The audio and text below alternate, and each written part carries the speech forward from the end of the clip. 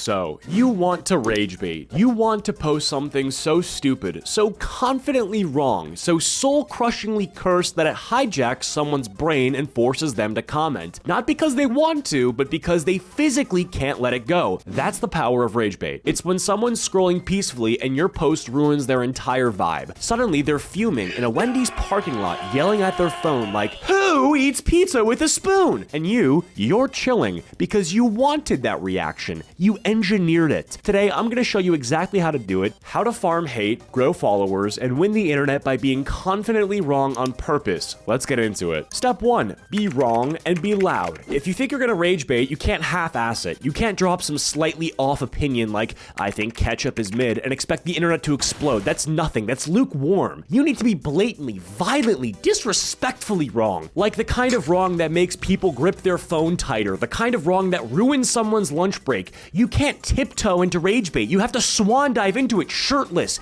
yelling, "Ban lunch breaks for minors." Because here's the secret. The internet doesn't reward the truth. It rewards audacity. It rewards the dude who says, maybe child labor wouldn't be so bad if the kids had better work ethic, with the straightest face you've ever seen. It rewards delusion. The second you say something confidently, even if it sounds like it was written by a raccoon that just learned English, you've already won. You'll have PhD students in your replies trying to correct you like, "Actually, that's a complete misunderstanding of basic economic theory." Exactly. Let them write essays. Let them build your comments section for free while thinking they're doing community service. You have to be so confident in your wrongness that people start to question if they're the problem. Post something like, "The wage gap isn't real. Women just pick worse characters IRL," and some poor dude in the comments is spiraling like, "No way this guy has a platform. No way. I refuse." That's when you know it's working. You've derailed someone's entire morning because you said something that sounds like it was whispered to you by a haunted Joe Rogan Funko Pop. And they have to respond, not because they want to, but because your delusion is echoing in their skull like a fucking fire alarm. Step number 2, pick fights with people who can't let things go. You can't just yell into the void. No, you have to aim that stupidity directly at the most emotionally fragile demographic you can find. People who correct strangers on the internet for free. These people are walking dopamine factories for rage bait. They need to be right. They treat Twitter like it's a courtroom, Reddit like it's Harvard, YouTube comments like they're testifying in front of Congress. You say one unhinged sentence, just one, like, "Men who drink iced coffee are rejecting masculinity and God," and suddenly you've got 37 angry theater kids, 12 influencers, and a guy named Brett in your replies writing paragraphs like, "Actually, gender norms are a social construct," and "Shut up, Brett. That's the content I wanted. You just gave me free real estate in your brain and I'm building a stadium." And the best part is these people have no self-awareness. They think you're the clown. Meanwhile, they just spent 19 minutes crafting a comment on a post that literally says, "I think babies should be taxed." You're not arguing with them, you're baiting them. You're dangling logic in front of them like a cat toy and watching them chase it into a brick wall. These people will fight with you until they die. They'll cancel plans, they'll skip dinner, they'll ignore real-world responsibilities just to prove that you, the guy with a Shrek PFP who just said that there's no proof of gravity, is wrong on the internet. Target acquired. Step number 3, never break character. You are the villain now. Here's the part where most people fold. They'll post something unhinged like, "The military should recruit straight from middle schools," and the second someone with a blue check replies like, "That's dangerous misinformation," they panic, they start backpedaling.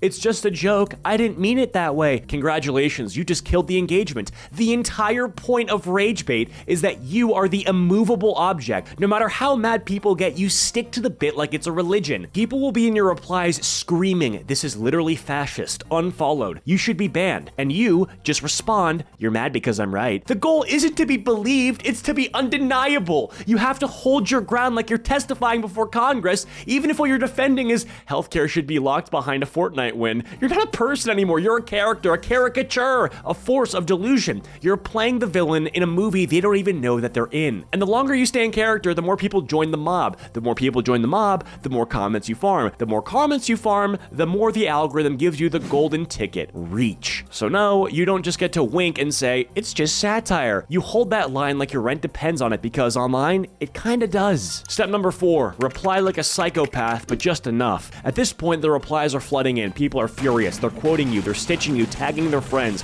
One guy's threatening legal action over your take on electric cars. Now what? You don't reply to everyone. That's rookie behavior. You reply just enough to keep the fire going, but you do so like an absolute maniac. This is not about clarifying, debating, or explaining. It is about fanning the flames with the dumbest, most cryptic energy possible. Someone writes a 5-paragraph essay about labor ethics. You reply, "Try harder next time." Someone says, "This is the worst take I've ever seen." You say, "Educate yourself." You're not trying to win the argument. You're trying to make people so confused and pissed that they reply again. Because every reply boosts your post. Every argument resets the algorithm's timer. Every emotionally unstable paragraph is free reach. And then you respond with cold, sociopathic nonsense like, "I learned this when I was at Harvard, so you're wrong." Or, "You short-circuit them. They don't know if you're trolling, insane, or some new breed of influencer that feeds on hate like a TikTok demon." You keep it short, keep it smug, never give closure. Think of it like this. Your replies should feel like getting hit with a sock full of pennies. Not fatal, but deeply upsetting. This is how you keep the loop going. They comment, you reply, they reply harder, the algorithm salivates. You're not having a conversation, you're farming labor. Step 6, get them to fight with each other. This is where things get truly evil. You've already triggered dozens, maybe hundreds of emotionally unstable people, but now, instead of continuing to engage with you, you redirect that chaos inward. You want the replies to turn into a full-on civil war, and the trick is simple. You respond just once, but vaguely enough that two different types of people think that you're agreeing with them. Let's say you post, "People who work 9 to 5 just aren't built for freedom." The replies flood in. Now you subtly poke both sides. To the hustle bros, exactly, passive income is better than clocking in. To the wage workers, not everyone has the privilege to hustle. Boom, you've just started a class war in your comment section. Someone calls you a capitalist bootlicker? Depends on the boot. Now, two completely unrelated communities are arguing over whether or not capitalism is moral, and you're just sitting here eating Doritos. You've escaped the conversation. You're not in it anymore.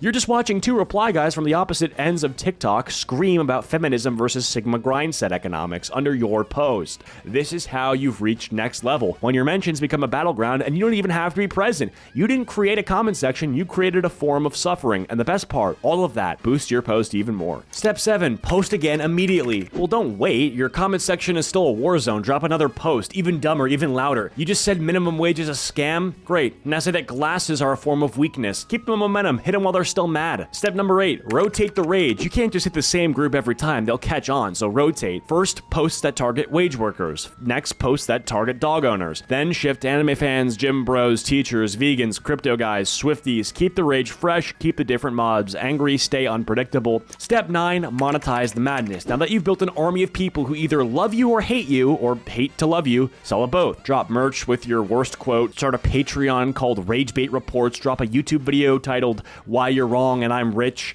turn every hate comment into a paycheck. Step 10, vanish, let the legend grow. Once the chaos is peaking, disappear. Say nothing, leave the mess behind, let the comments stew, let the arguments spiral, log off, touch grass, and return only when your name is trending again. And that is how you rage bait. Congrats, you're hated, viral, and probably shadow banned. Subscribe or I'll say something worse.